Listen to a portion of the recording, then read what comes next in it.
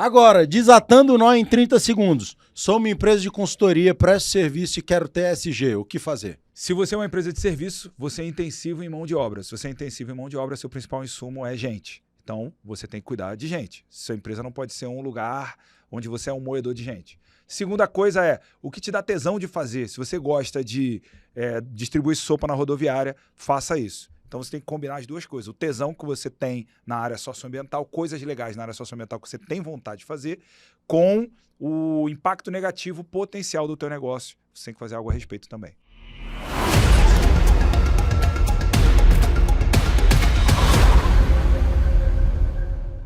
Seja muito bem-vindo, você meu amigo, você minha amiga, aqui no nosso podcast Acorda. Acorda! O podcast que tem, assim, você pode esperar aqui várias coisas, eu não sei quais, você vai descobrir. Mas uma coisa que você não pode esperar da gente aqui é coerência, tá bom? Então vamos combinar já desde o começo, porque a conversa prévia aqui vai dar um bom make-off. Bom, galera, estamos aqui no nosso, como é que é, velho? Terceiro episódio do nosso podcast e a gente vai falar aqui de Contra as Culturas.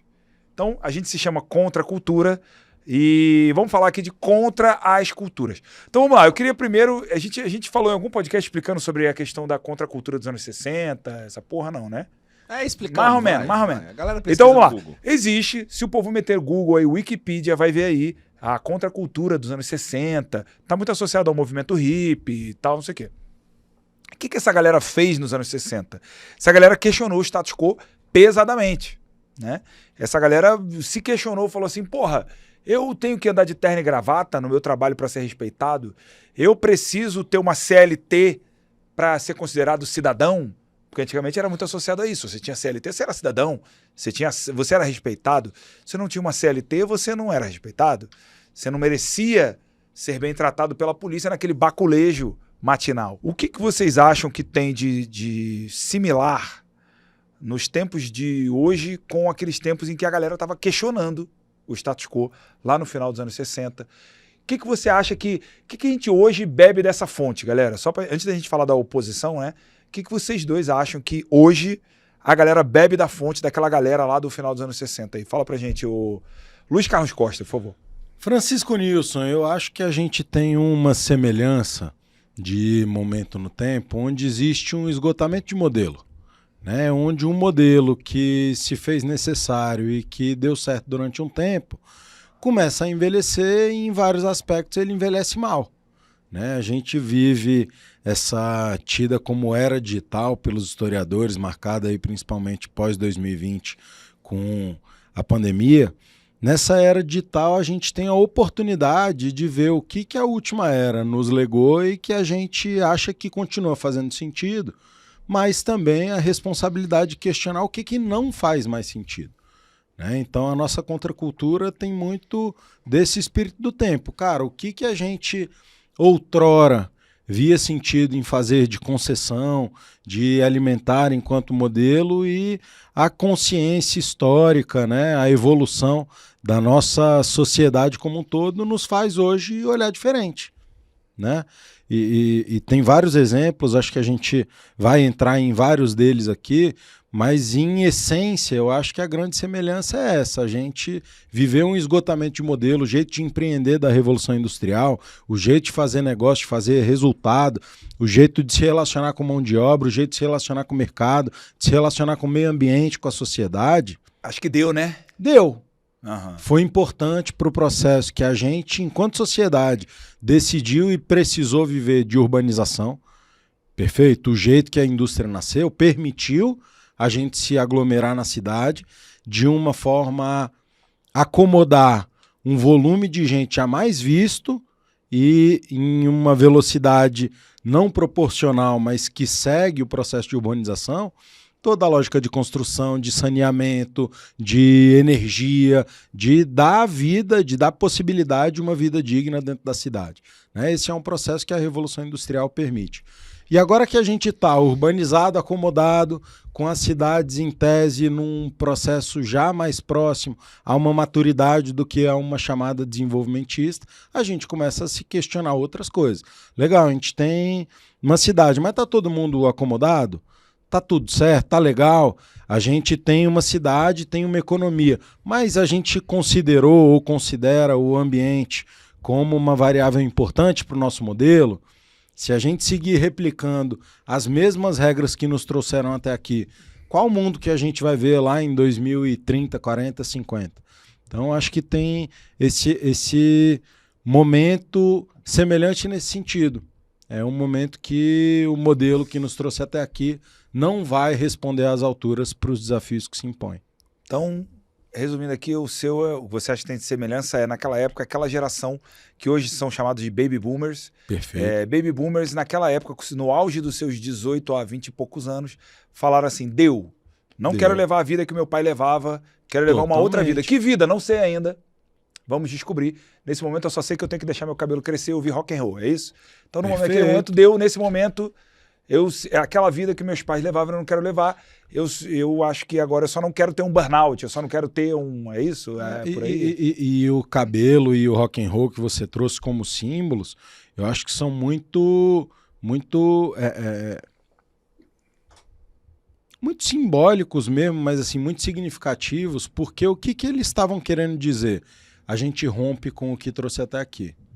Se o certo é ter o cabelinho de cuia, estilo de exército, eu vou andar de cabelão. Se o certo é ser contido, é ser conforme, eu vou pro festival, vou tirar a camisa, vou ficar 3 dias lá e vou viver a vida na plenitude que eu acredito que ela deve ser vivida, e não como meu pai vivia pro chamado da era dele.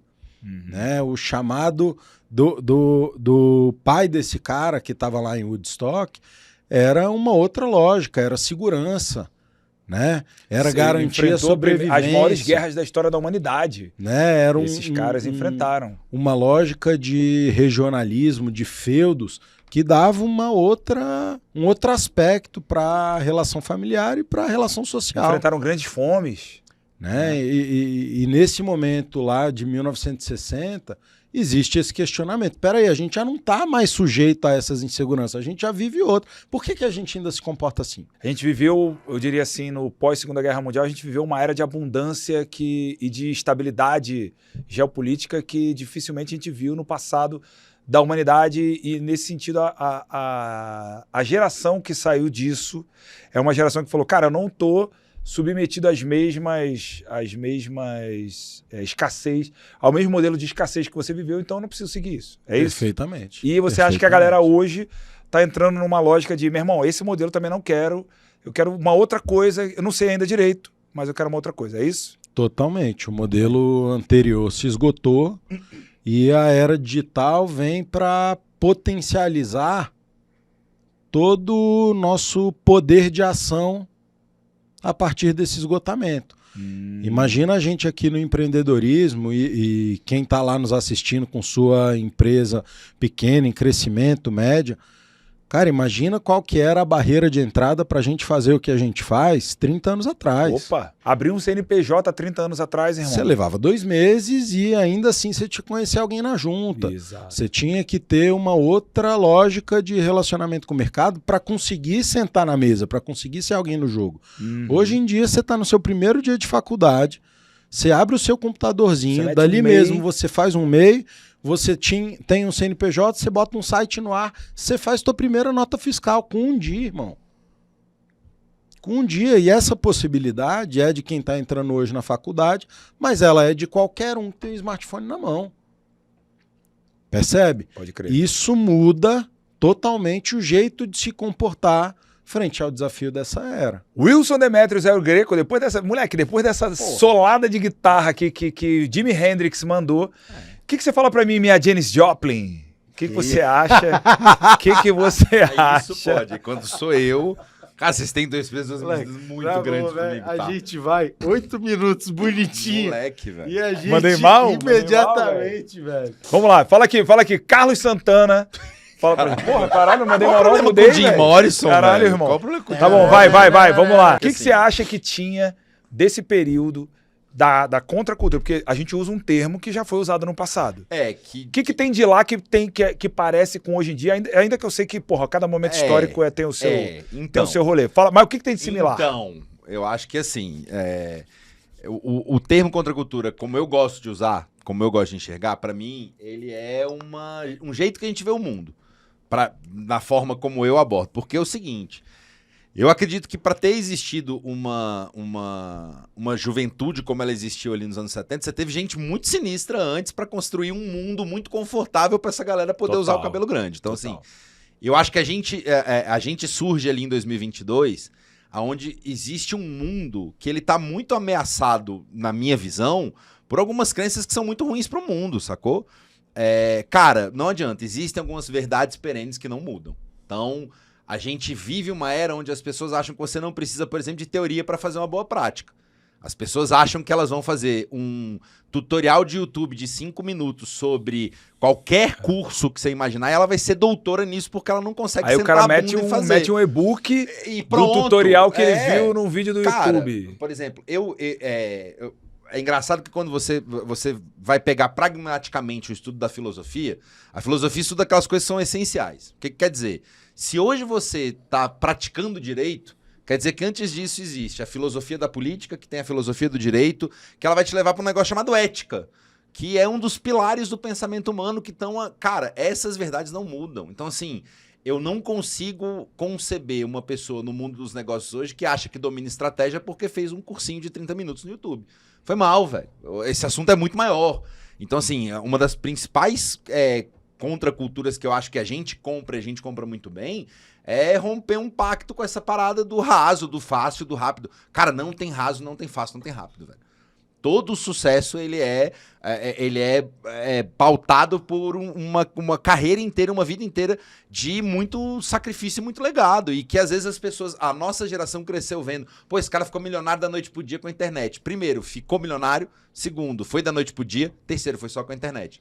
E todo mundo compra esse barato como se fosse fácil. Você cria uma geração que acredita que tá na frente de um celular, vai fazer com que ela chegue num estrelato ou que ela chegue em algum tipo de produção para a sociedade que vai satisfazer tanto a sociedade quanto ela.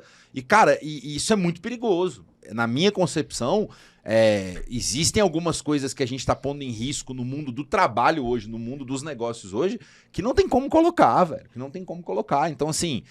eu lembro uma vez que a gente tava trabalhando Scrum, o Chicão tava comigo, a gente tava lá aplicando a metodologia ágil numa equipe. Aí um rapaz virou assim e falou, não, pode deixar que eu manjo tudo de Scrum. Eu falei, pô, você fez curso? Ele, eu fiz o tutorial inteiro do YouTube. Eu falei, massa, quanto tempo tem esse tutorial? Ele, 9 minutos. Eu falei, então quer dizer e ele fez inteiro? Ele fez inteiro, você acredita? Olha que maluquice, né? Incrível. Ele fez todo. Chocante, fez todo. E aí você realmente vai achar... Ele consegue falar que ele sabe tudo porque ele viu um tutorial de 9 minutos no YouTube. Galera, essa é a típica prática que eu acho que a gente precisa ser radicalmente contra porque o mundo tá levando a gente para alguns erros e que a gente tá normalizando, que a gente tá achando que é ok, que a gente tá achando que tá tranquilo. Mas você acha que essa galera lá dos anos 60... O recado dos anos 60 reverbera hoje em dia no sentido de romper com isso daí? Desculpa, eu não alcancei o seu nível de inteligência. Eu acho que teve muita gente muito, muito forte que criou um tempo muito fácil para uma galera poder fazer o que fez. E hoje a gente está começando a criar tempos difíceis porque a gente não está precisando ser forte como a gente era. O que eu acho que aquela galera fez ali? Eu acho que aquela galera naquele momento, ela rompe com um padrão porque não precisa mais, e a gente se sente um pouco herdeiro desse pensamento, só que eu acho que cada vez mais a gente tem precisado. Eu acho que a posição contracultural que a gente precisa ter hoje é retomar alguns pensamentos que, velho, precisam voltar a ser pauta. E que a gente se afastou radicalmente. Então, assim, eu acho que a iniciativa de romper com uma parada lá dos anos 60, pra gente tem que vir agora, no sentido de muitas vezes retomar e de refazer algumas coisas, porque, cara, tá dando errado pra onde a gente tá indo. O nosso modelo de produção, a forma que a gente tá acreditando, cara, de um jeito muito simples. Quando a gente fala de uma cultura de influencers hoje em dia, cara, numa boa, antes de você ser influencer, você tem que ser relevante. Tem muita gente que tá pautando política, economia, modo de produção, que nem deveria ter espaço para falar. Assim, não tô dizendo que a gente deveria censurar, que a gente deveria não ter não ter reverberamento. Mas que não devia ter o alcance que tem. Ou, simplesmente, a nossa sociedade poderia pensar e falar, esse cara tem alcance pra caramba, e não vale nada o que ele tá falando. O problema é quando a gente não tem esse segundo momento, e as pessoas começam a levar a sério uma série de figuras que são nocivas, que são tóxicas, e que, cara, numa boa, elas botam em risco muito o que vai vir depois. Bicho, Vamos pensar simplesmente num negócio chamado atenção. Hoje, a geração de hoje, o quanto tempo de qualidade ela tem para se capacitar, para assistir alguma coisa e melhorar o seu jeito de pensar. E é essa galera que vai pautar o mundo daqui a pouco. E outra, a gente tá vivendo um mundo graças a essa galera antiga que nos deu água potável, que fez com que a gente tivesse o conforto que a gente tem hoje. Cara, a gente tá vivendo o melhor dos tempos. Porque, velho, numa boa, eu acho que a geração que não vai morrer já existe. Eu acho que biologicamente o que a gente vai poder, do ponto de vista de todos os campos, o avanço é muito grande, muito próspero. E, pô, vai ser essa galera que vai aproveitar esses dias, velho. Essa galera que tem esse índice de atenção baixo, que não tem tanto compromisso com os seres que estão em volta. E que eu acho que uma coisa que é louvável dessa geração de agora é que esse reacordar para olhar o mundo de um jeito mais coletivo, ele tem um espaço que está tomando que não tinha muito há 20 anos atrás. Isso não era uma pauta. Total. E talvez seja um dos pontos mais importantes. Agora, eu acho que a forma rasa como a gente encara os nossos tempos é que tem que fazer com que a gente acorde, porque existem coisas que precisam ser mais levadas a sério e mais aprofundadas. Muito bem, você começou o próximo assunto que eu gostaria de explorar com vocês. A gente viu aqui as similaridades, eu queria ver as oposições, né? Então, contra a cultura. Você já começou a falar aí. Contra qual cultura você se opõe? Luiz Carlos Costa, por favor. Eu acho que existiu no período industrial uma cultura muito alinhada à lógica de fazer empresa, que vem lá da cadeia de comando e controle de Fayol, na administração, onde pouquíssima gente na organização pensa e um monte de gente na organização repete trabalhos manuais, repete trabalhos que não demandam muito pensamento. Durante os anos 80, 90, na administração, foi um dos momentos que a gente mais teve inchando o custo burocrático, o custo da agência. Por quê? Porque a gente começou a ter cada vez mais ferramenta, mas a gente não tinha tecnologia para processar tudo isso que a gente vinha produzindo, né? Então, a gente treinou um monte de gente para repetir atividades que não exigem de pensar. E quando a gente vê um universo de trabalho que tem muito mais facilidade para você fazer dezenas desses processos, vou dar o exemplo com a área que eu cuido lá no Instituto, que é o financeiro. Cara, o financeiro, 25, 30 anos atrás, sem geração de nota na internet, sem apuração de imposto na internet, sem Pix para pagar e receber, sem...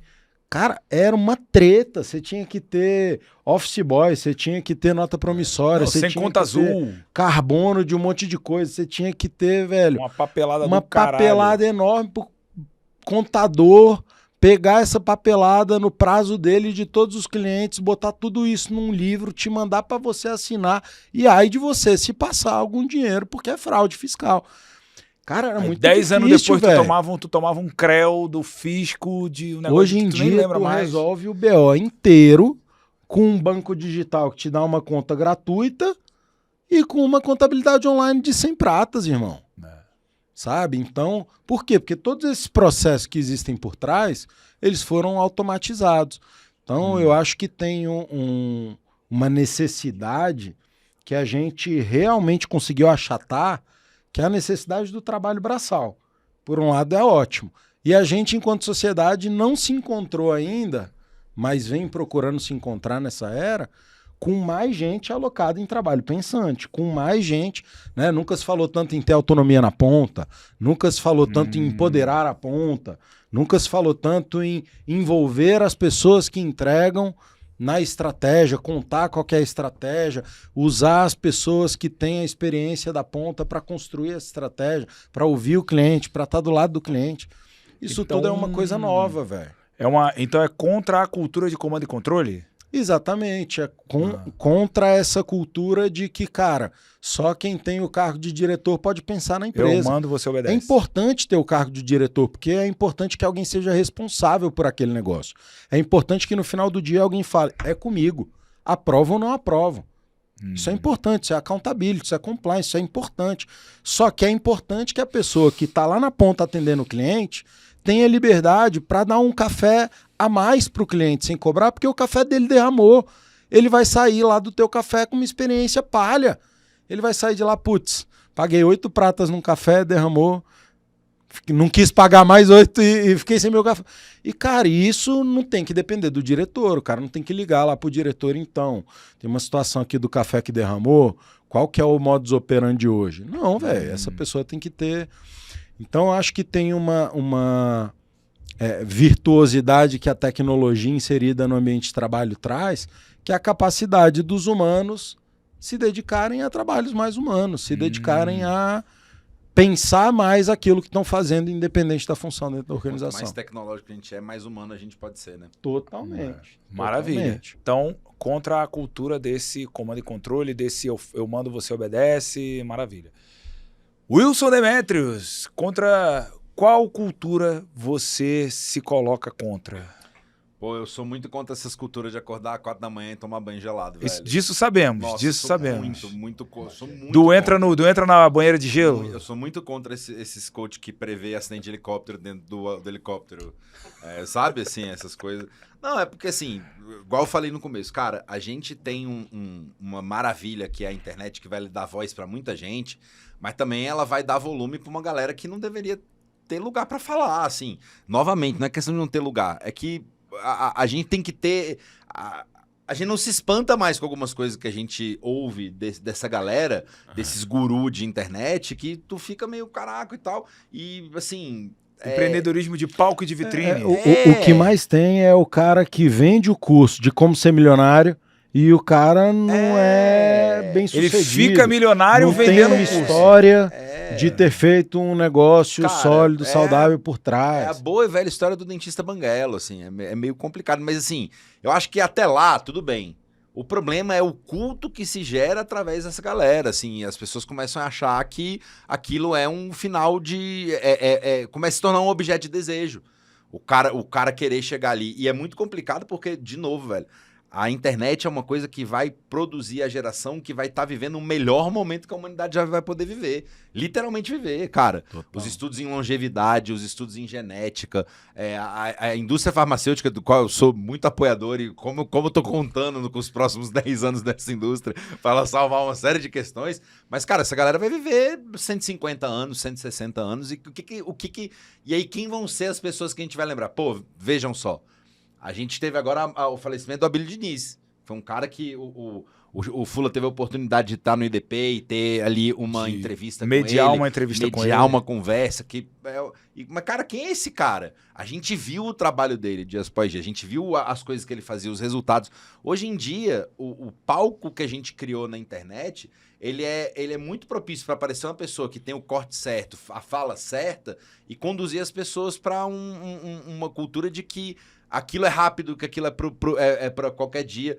Então, assim, o palco, a vitrine, quando ela é colocada para um cara que tem...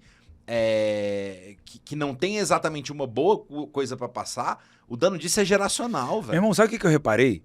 Eu reparei que, assim, em alguns casos, não posso falar que são todos, mas em alguns casos, o cara não deu certo em nada, aí o cara vai virar uma parada dessa daí, sacou? Ser o coach, O dano o guru, é geracional. o influencer, sacou? Não são todos os casos, mas assim, eu acho que tem essa parada, né? O cara não deu certo em nada, aí ele descobriu um jeito de entrar na mente da galera e vende a ilusão.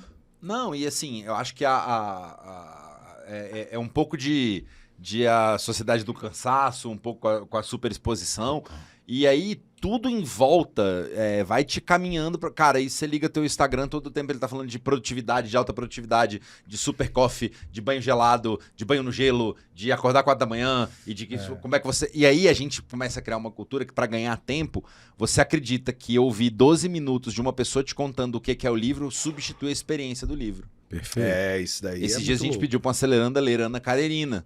Ela falou, não, eu não li, mas eu ouvi o podcast de 12 minutos. Cara, não é sobre você saber como é que termina, é sobre você. É esse tipo de contato que a gente tá achando que esse atalho, e as pessoas estão se aproveitando desse atalho para se promover E a gente tá criando uma cultura que é totalmente ilusória em cima disso, né? Não é sobre isso o negócio. Cara, as pessoas a gente fala, pô, vocês estão indo super bem no instituto pra uma empresa que começou um ano. Cara, essa empresa não começou um ano, velho. Essa empresa não começou um ano. Porra, mano. Se eu dou consultoria hoje no instituto é porque eu comecei em 2002 sendo estagiário de uma consultoria ambiental, velho. Se eu hoje sou... tô dando dica de coisa de sustentabilidade, é porque em 2002 eu comecei a trabalhar na área da sustentabilidade. Exato, assim. E aí eu acho que a gente vive uma cultura hoje que é muito fácil o cara virar guru. Irmão, quando o cara vira guru, você perde a possibilidade de conseguir contra-argumentar, porque você não rebate o guru, né, velho? Guru é guru. Ele é o guru. E tem um negócio que esse empreendedorismo de palco permite, que é o cara parecer que Isso. sem ser. Fake it till you make it. O cara tem lá um estúdio maneiro, tem uma oratória maneira, fala legal, fala com firmeza, né? Tem uma presença legal. Faz um raca na frente da audiência. E aí ele vai ganhando seguidor, e é muito mais uma lógica, velho, de espalha a palavra na pirâmide do que faça alguma coisa. Porque o que ele tá fazendo, na verdade, ele tá se descobrindo como um grande orador, como um grande apresentador. Mas um grande empresário, muitas vezes, ele não é. O Cortella tem um filme, tu vai se lembrar desse filme que a gente já usou com Acelerando, um videozinho que ele fala, cara... meu filho me falou que não ia fazer faculdade. O meu filho, ele... O meu filho... falou que... Ele eu tento emular o Cortella, não consigo, velho. Eu não tenho esse talento. Meu filho me chamou pra falar que não ia fazer faculdade, né? E eu falei, pois não, filhão, faço contigo um trato sem retorno, né? E aí ele fala, cara, o Bill Gates... saiu da faculdade, virou quem virou. Steve Jobs. O Steve Jobs largou a faculdade, virou quem virou. O Mark Zuckerberg também. Largou a faculdade, virou quem virou. Logo, não vou nem fazer faculdade. Aí eu vou ficar maiorzão, vou pular essa fase. Grandão. E o que ele fala lá pro cara no vídeo é muito sábio. Porque ele fala, cara, se você quer fazer como eles, faça como eles. Primeiro, você passa em Harvard. Aí depois você faz um ano e larga. Faz um ano. Não é faz um ano. Não é faz um ano. Não é faz um ano. Não é essa unisquina, como ele chama. Então, assim, não é. E não só o cara passou em Harvard. O cara passou em Harvard, criou uma parada que já valia 1 bilhão logo no início. Aí ele largou. E outra coisa, a nossa cultura permite a gente achar que é fácil ser o Mark Zuckerberg, velho. Que é fácil ser o Steve Jobs. E aí o caminho lógico é, pô, esse cara largou a facul e ficou bilionário. Irmão, qual é a taxa de sucesso das pessoas que largam a facul no primeiro semestre e ficam bilionárias? Pois é, velho. Pelo amor de Deus. E aí a galera subvaloriza o treino e acha que vai brilhar no jogo. Perfeitamente. Porque eu não preciso. Ele fez sem treinar. E você... FN, o que Francisco é que Nilson. você é contra, moleque, nesse seu coração carioca, essa sua alma da Ilha do Governador? Você é nossa Ilse Scamparini da Ilha do Governador. Falando do alto, dos telhados de Roma. Né? O nosso emissário enviado. Cara, eu acho que primeiro contra a cultura, porra, não tem outro termo pra falar, essa bullshitagem com palavrão, vocês entenderam. Né? Essa bullshitagem, a gente não gosta muito do inglês. Esse papinho aí que rola, né? Que o cara não é ninguém no jogo do bicho e fica falando tanto que alguma hora ele vira alguém no jogo do bicho, né? É uma parada. E outra parada também que você falou de rompimento de modelos e tal, é o da sustentabilidade, né? Eu naturalmente tô no rolê e, cara, eu acho que acabou esse momento de que você vai conseguir fazer alguma coisa com a cara de pau que você fazia antes. Então, é o que a gente fala assim do greenwashing e tal. Tem muito greenwashing rolando no mercado. Mas eu, de certa maneira, eu acho até bom greenwashing. Explica aí pra quem não tem noção do que é greenwashing. Greenwashing é assim, eu sou lixo zero. Aí tu lavagem verde, né? Lavagem verde. É o cara que fala de sustentabilidade e não faz na sustentabilidade. Né? E então, assim, acabou esse momento da história onde você pensa assim, cara, eu vou fazer o meu e que se lasque o resto. Ah, eu vou ficar rico e depois eu vejo o que eu faço, né? Acabou isso, porque você não vai conseguir, ou a probabilidade que você consiga é muito baixa. Você vai conseguir prosperar no capitalismo se você arrumar um jeito de não cagar mais a vida das pessoas e do ambiente. Se você arrumar um jeito de fazer teu som e melhorar a vida das pessoas e melhorar a vida do ambiente, a probabilidade, é claro que tem casos de que não é assim que funciona, mas existe uma probabilidade maior de que você se dê bem. Se você consegue fazer uma parada que faz bem pra você, tem um propósito legal, faz bem pro ambiente, faz bem pras pessoas, meu amigo, a probabilidade de você se dar bem é muito alta, né? Nos tempos atuais. Então, eu acho que isso daí também é contra essa cultura de farinha pouca, meu pirão primeiro, essa cultura de primeiro eu vou ficar rico, depois eu vou ver o que eu faço com a favela. Adianta alguma coisa... ganha-perde, né, Chicão? O jogo de soma zero, porque jogo de soma zero é assim, para eu ganhar, você precisa perder. Né? Então... A galera da Soma Zero é tipo a galera que se for pra cozinha sai de lá com um mousse de porco, né? Tipo assim, mousse é gostoso, é doce, porco é bom, é gostoso. Aí ele sai de lá com essa maçaroca que é um mousse de porco, entendeu? É isso. Então assim, se você acha que o mundo é um jogo de soma zero, é natural que você pense, né? O que o Garrett Hardin, caralho, moleque. Garrett Hardin, em 1968, a tragédia dos comuns. A tragédia dos comuns é, diante de um recurso natural finito, e que não tem barreiras ao acesso a ele, o que você pensa? Eu não sei se você... Por exemplo, temos ali um lago com uma quantidade de peixes finita. Todos nós três aqui dependemos desse lago para a nossa vida. Nós somos uma comunidade caiçara. Dependemos desse lago aqui para manter a nossa vida. Esse lago ele tem uma capacidade de reposição de peixes limitada. Se eu começar a achar que vocês vão pegar todo o peixe, amanhã eu hoje vou lá pescar e vou tentar pescar todo o peixe que eu puder. Perfeito. Concorda comigo? Se eu penso assim e vocês também pensam assim, o lago vai se esgotar, irmão. É questão de tempo, o lago vai se esgotar. Alô, teoria dos jogos. Então, é exatamente a tragédia dos comuns. E eu já até falei no podcast do nosso querido amigo Musta, lá Cafeteria. Eu falei isso no podcast, que assim, cara, se todo mundo acredita que o lago, que os peixes daquele lago vão acabar, eu vou tentar pescar todo o peixe o mais rápido possível, vocês também. Ao fazer isso, a gente de fato esgota. E aí a gente faz o quê, meu irmão? Acreditando que os peixes vão acabar, a gente vai lá e faz eles acabarem. E faz eles acabarem. É a profecia que se autorrealiza, né? Exatamente. Então, o primeiro Nobel de Economia foi da Elinor Ostrom e foi sobre transformando a tragédia dos comuns do Garrett Hardin, de 1968, em teoria econômica. Que ela tem um livro que é um clássico, chama Governing the Commons. Não tem em português. Desculpe usar o termo em inglês.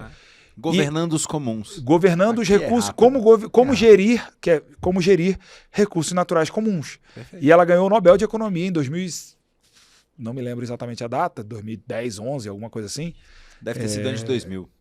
Depois de 2000. Tenho certeza que foi depois. Poderia ter sido 98. Poderia. Não, mas assim, com certeza foi depois de 2000. Elinor Ostrom é a primeira mulher a ganhar um Nobel de Economia com essa coisa, transformando em economês a tragédia dos comuns. Né? Então, se você precisa de teoria econômica, irmão, tem vasta literatura sobre isso. Né? Tem o Donut Economy, tem lá os caras do... Tem o TEDx, que fala disso muito fala bem. de negócios regenerativos. Eu ia falar, cara, contra a cultura do sustentável. Total. Isso, que eu falei disso no TEDx, que a gente fala de negócios regenerativos, né? Um clássico, se você não viu, meu amigo, minha amiga, vai lá na plataforma oficial do TED e ele fala, não seja sustentável, é tudo que eu vou te dizer, vai lá e assiste. Pois é, então a gente tem... 2009 aí. 2009 aí, ó, pronto, 2010, o nosso backstage falou aí. 2009 é o novo 1999. O Elinor Ostrom ganha o Nobel de Economia, primeira mulher a ganhar o Nobel de Economia com essa tese econômica, né, de como gerir, do ponto de vista econômico, o recurso natural comum.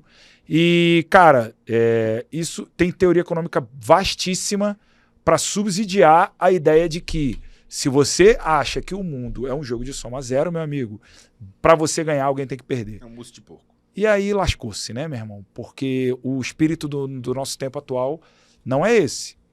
Então, contra essa cultura do jogo de soma zero, Seja você com o outro, seja você com o ambiente. Esse é o meu contra a cultura. Perfeitamente. Arrasou. Quem faz a relação ganha-perde, faz uma vez só, né? Quem faz ganha-ganha, segue fazendo aquela relação. Como então, pode ser bom pra mim e bom pra você ao mesmo tempo? E eu já te mando outra aqui. vá, O mande. de relações abusivas e injustas, que é meio a consequência disso, né? Perfeitamente. É aquela relação da grande indústria que aperta muito todos os seus fornecedores e quebra metade deles porque precisa de 180 dias para pagar, porque impõe Se financia com condições, seus fornecedores, né? Porque impõe condições muito desproporcionais. Draconianas. E esse negócio já aconteceu durante muito tempo. E as companhias hoje estão se questionando. Eu passei por um processo interessante negociando, Chicão, com uma grande companhia, uma das maiores do Brasil, um contrato de educação corporativa. E uma das últimas perguntas que me foram colocadas na reunião de avaliação de fornecedor foi: quantas mulheres existem na liderança da empresa? Quantas mulheres existem na liderança da empresa? E se na empresa existiam também lideranças negras? Bom. Eles adicionaram métricas de sustentabilidade e diversidade na seleção de fornecedores. Já para te qualificar, né? Você vai ser mais qualificável se você responder bem essas perguntas. E não qual que isso que é- seja excludente, talvez, né? E qual que é a mensagem que fica nesse trabalho? A gente pontuou no sentido da diversidade e não ficou com o trabalho. Então, de fato, não era uma coisa que era isoladamente considerada, mas é uma métrica que passa uma mensagem de que nós grandes estamos repensando qual que é o impacto que a gente quer ver no mundo a partir dos nossos fornecedores. Nós grandes estamos tomando a decisão, e aí você, como especialista de ESG, sabe muito como que isso vai para a ponta, mas nós estamos tomando a decisão de não ignorar mais esse ponto, de passar a considerar. Porque antes o que era o considerado? É o melhor preço, ponto, parágrafo. Técnica e preço. Não importa se a sua mão de obra não recebe em dia, não importa se as condições de trabalho na sua firma Não importa não se são você usa razoáveis, trabalho escravo. não importa se você só nega teu imposto. Cara, não importa. O que importa é o seu preço. Falou que vai me entregar no melhor preço, eu vou ficar com você. Hoje em dia, as contratações estão mudando. A forma de fazer negócio está mudando. A empresa que contrata tem interesse de saber se você tem o que a turma chama do fair trade, né? Se você é uma empresa que cumpre com o seu papel na sociedade, respondendo às questões atuais. Tem um exemplo aqui muito legal que eu ouvi de um brother que foi da Ambev, e eu trocando ideia com ele, olha o movimento que a Ambev fez dos últimos anos. Vocês lembram daquela polêmica que teve de que, porque a Ambev usa milho, alpiste, não é puro malte e tal, rolou essa polêmica, né? Sim. A Ambev, no primeiro momento, talvez tenha ficado um pouco assim na defensiva, né? E ao mesmo tempo que estava rolando essa polêmica, apareceu o mercado das cervejas artesanais no Brasil, né? Se diversificaram, a gente teve uma variedade enorme de cervejas aparecendo pra gente na gôndola do mercado, né? E a Ambev, velho, pode ser que ela tenha ficado um pouco na defensiva no primeiro momento, mas depois, olha que interessante que ela fez, velho. Ela poderia simplesmente ter eliminado essas cervejas ou ter relegado essas cervejas ao ostracismo, a ser meio o lado B da cerveja. Olha o movimento que a Ambev fez, que é interessante, que eu ouvi de alguém que era da Ambev. A Ambev, ao contrário, quando ela percebeu que ela era no longo prazo se dar mal com isso, ela abraçou o movimento. E a Ambev ajudou a até tornar, não sei exatamente se ia ter uma lei sobre isso, mas é uma regulamentação oficial sobre o mercado da cerveja, o que é uma cerveja de qualidade, como é que quais são os padrões de qualidade, etc., da cerveja artesanal. E a Ambev ajudou a viabilizar linhas de crédito facilitadas para cervejarias artesanais. Olha só, velho, o líder de mercado, disparado, ajudando, em teoria, se for um jogo de soma zero, né? Ajudando a galera que vai fazer ela perder alguma coisinha a crescer, né? Então, a Ambev, que poderia ver o jogo da cerveja artesanal e todo esse mercado que estava surgindo debaixo dela, pegando o rebote dela, né? Da cerveja puro malte e tal, poderia ver como... Poderia criar ou piorar as relações abusivas e injustas que talvez existissem naquele mercado, e ao contrário, ela abraçou a parada. E hoje em dia, o próprio mercado das cervejas artesanais, que tinha a Ambev como uma grande vilã, hoje em dia tem a Ambev como uma grande aliada, saca? Legal. Então, tem iniciativas da Ambev de ajudar empresas menores de cerveja a distribuir a cerveja, a dar mentoria, a dar incentivo, a acelerar. Então, olha só que interessante que rolou, né? Uma coisa que há 20 anos atrás seria absolutamente impensável. O que uma líder de mercado faria há 20, 30 anos? Ia esmagar, moer, ia, meu irmão, atomizar. Influenciar a lei para que eles não pudessem engarrafar, para que não pudessem distribuir. Ia criar uma regra técnica que seria impossível de um pequeno cumprir, né? Perfeito. Então, olha só que interessante os tempos que vivemos, né, senhor? Total. Muito bem. Relações abusivas e injustas é uma coisa que a gente coloca lá. Wilson Demetrios, você tem alguma cultura que você se coloca frontalmente contra e o Instituto é meio para que você... Eu sei de uma que, se você não falar, eu vou te cutucar, mas que você se coloca frontalmente contra no mercado atual? Qual? Se você não sabe, eu te falo. O Will entrou, Fulinha, com uma palavra lá no comecinho do Instituto, que o Will foi um dos caras no Instituto que colocou aquela ideia do... Eu acho que as pessoas não podem criar uma oposição, criar uma preguiça da gente no primeiro contato. Ou seja, a gente não pode parecer um cara que não é do mercado. A gente não pode ser contra a cultura na capa. A gente tem que ser contra a cultura no conteúdo. Eu lembro nitidamente disso. E ele usou uma palavra que eu achei muito legal, muito bem colocada lá no começo, que eu vou transferir para ele aqui. Meu amigo Wilson Demetrios, você falou pra gente assim, cara, contra a cultura pra mim tá traduzida no inconformismo. E o que você queria dizer com isso, meu amigo? Explica pra gente aqui do inconformismo. Calma lá, foi mal, tava doidão, velho, na época que eu falei isso. Desculpa. Então eu vou recomeçar. Desculpa, eu não, tava animal, doido, fala eu tava assim, porra, doidão, moleque. A gente ser inconformado. Ah, tá. Caralho, ele tava drogado, velho. Porra. Eu tava doidão. Não, tá, peraí, calma. Não, eu vou daqui. Cara, é porque assim, o que eu acho que tem a ver com o inconformismo com a gente? Cara, nós três tivemos carreiras executivas, a gente recebeu várias empresas que faziam, entre aspas, a mesma coisa que o Instituto fazia, e a gente já entregou, cada um a seu modo, o Fulinha com a Caixa, o Chicão com a consultoria da parte ambiental, eu com a consultoria de recursos humanos antes, a gente já entregou consultoria e projetos da mesma forma. Cara, o mercado de consultoria é um mercado que, via de regra, ele é a casa de um charlatão, né? É a casa do... Moleque, cara, você quer ter uma noção do tanto de dinheiro, às vezes, que as empresas desperdiçam com consultoria porque o trabalho não chega até o final, porque não é entregue. Porque entrega uma coisa que não faz sentido pro cara, não é acionável. Eu sempre fui muito inconformado com isso, porque, cara, a forma que uma empresa se organiza e trabalha para conseguir amealhar riqueza é muito forte. Para ela distribuir essa riqueza para alguma coisa que não vai fazer com que ela consiga fazer isso melhor, para conseguir traduzir isso em impacto lá na frente, é muito custoso. E assim, é um mercado... É engraçado porque, assim, o mercado de consultoria, ele é um mercado que às vezes você baliza do alfinete ao foguete no mesmo lugar. Você às vezes está... existem vezes que a gente está... lutando por mercado, entre aspas, que a gente está distribuindo uma fatia de mercado ali, que a gente está contra... A gente está no mesmo polo ali que uma FGV e que uma Dom Cabral, que são instituições gigantes de muito tempo, mas ao mesmo tempo também a gente está com a empresa júnior da faculdade da Unisquina. Então, de onde vem esse inconformismo? É porque muitas vezes existe uma irresponsabilidade com o emprego dessa palavra, e por isso que eu gosto de definir muito o Instituto como uma empresa de inteligência organizacional. Eu acho que a gente...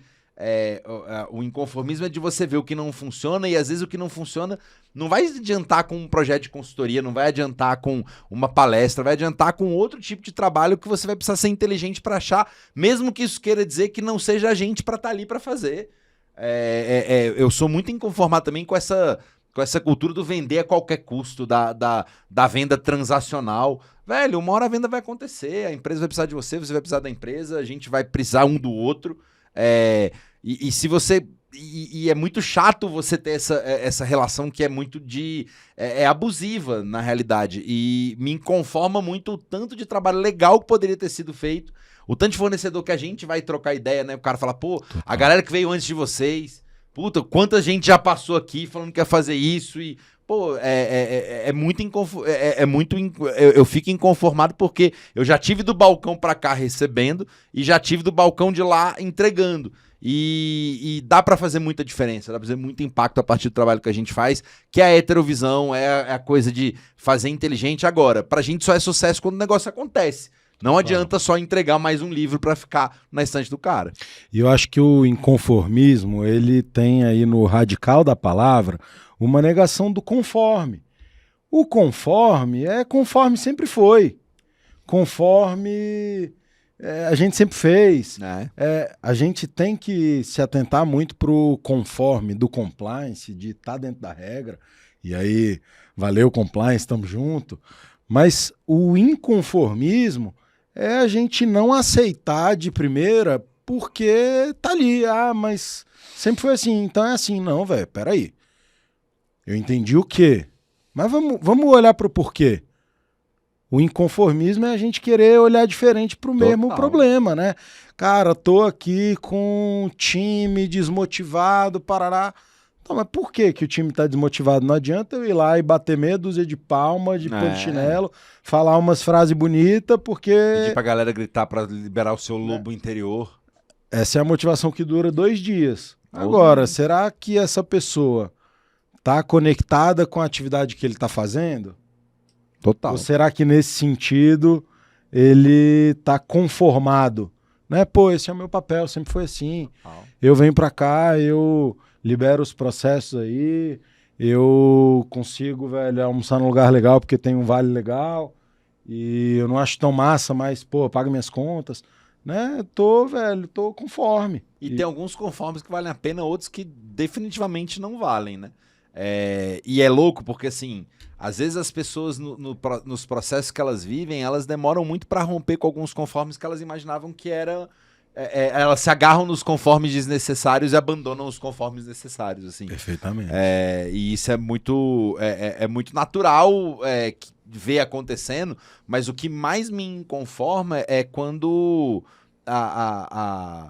as pessoas param de pensar sobre o que elas estão fazendo. Total. Porque elas vão ali numa repetição contínua da coisa. Então, conforme o status quo. Conforme o status quo, que muitas vezes serve só para ser quebrado e ser refeito num status quo melhor, que já não vai ser exatamente o melhor. Porque, apesar de existirem verdades perenes, o mundo é muito dinâmico, né? E isso é muito doido. Os nossos tempos nos oferecem isso. E as organizações nada mais do que atendem necessidades nossas. Se a gente, enquanto sociedade, se transforma, a organização que quer ficar parada, ela vai ficar velha. Vai perder relevância. Ela vai ficar antiga. Exatamente. Então é um outro contra a gente que a gente coloca, né? Contra o status quo. Contra o status quo. Contra a cultura do sempre foi assim. Irmão, tu já parou pra pensar? Já. Que... Muitas vezes. Todo dia eu paro pra pensar. Cara, eu não tenho essa qualidade. Cara, eu penso o mínimo possível que eu posso na minha vida. Tu já se ligou que quando a gente pensa e admira, curte uma marca, provavelmente, existe uma probabilidade altíssima de que você pensa, admira, curte essa marca, tem ela no seu coraçãozinho, porque de alguma forma ela todo santo dia questiona o status quo no nicho dela, e é só por isso que tu lembra dela, velho. É só por isso que você consegue se conectar com ela, porque de alguma maneira essa marca te dá uma brechinha de como levar a vida um pouquinho mais do seu jeito. Aí você se conecta com aquela marca, porque aquela marca fala assim, de alguma maneira você entende o recado que é, meu irmão, se você quer levar a vida desse jeito aqui, eu posso te ajudar. Total. Então aí você se conecta com ela. É nóis. E aí se conecta também com uma coisa que a gente curte muito, né? Que é o Simon Sinek. Um abraço pro Simon Sinek. Tá na mesma plataforma que o Chicão. Valeu, Si. E ele fala lá no como grandes líderes inspiram ação e tal. Ele fala, dá o exemplo lá do I Have a Dream, lá do Martin Luther King. A gente falou dele no então. outro episódio lá. E assim, as pessoas não... O I Have a Dream é uma contestação ao status quo. Total. E as pessoas não... E o próprio Simon fala. As pessoas não foram lá em Washington porque o Martin Luther King é um cara legal. Elas foram lá porque o Martin Luther King representava Elas mesmas. uma brechinha. Elas foram lá por elas mesmas e o discurso que o Martin Luther King iria fazer, que elas nem sabiam qual que era, mas de alguma maneira elas sabiam que o discurso, seja lá qual fosse, representaria elas. Seria uma brechinha um pouco mais perto, uma pontezinha um pouco mais perto da direção do estilo de vida que elas gostariam de levar. Total. Então, essa coisa de que é um contra, que a gente se coloca, né, é contra o status quo. Por quê? Porque a gente gostaria que o Instituto ajudasse as marcas, as pessoas e os empresários, né? Não que os empresários não sejam pessoas, né? Mas as pessoas em geral e as marcas, as organizações, a irem um pouquinho mais perto da potência delas, né? Então, contra o status quo também tem muito disso daí. Só para encerrar o raciocínio aí do que o status quo não seja um pacto de mediocridade consigo mesmo, né? Que é do inconformismo. Exatamente. Que Vossa Senhoria acabou de dissertar sobre, né?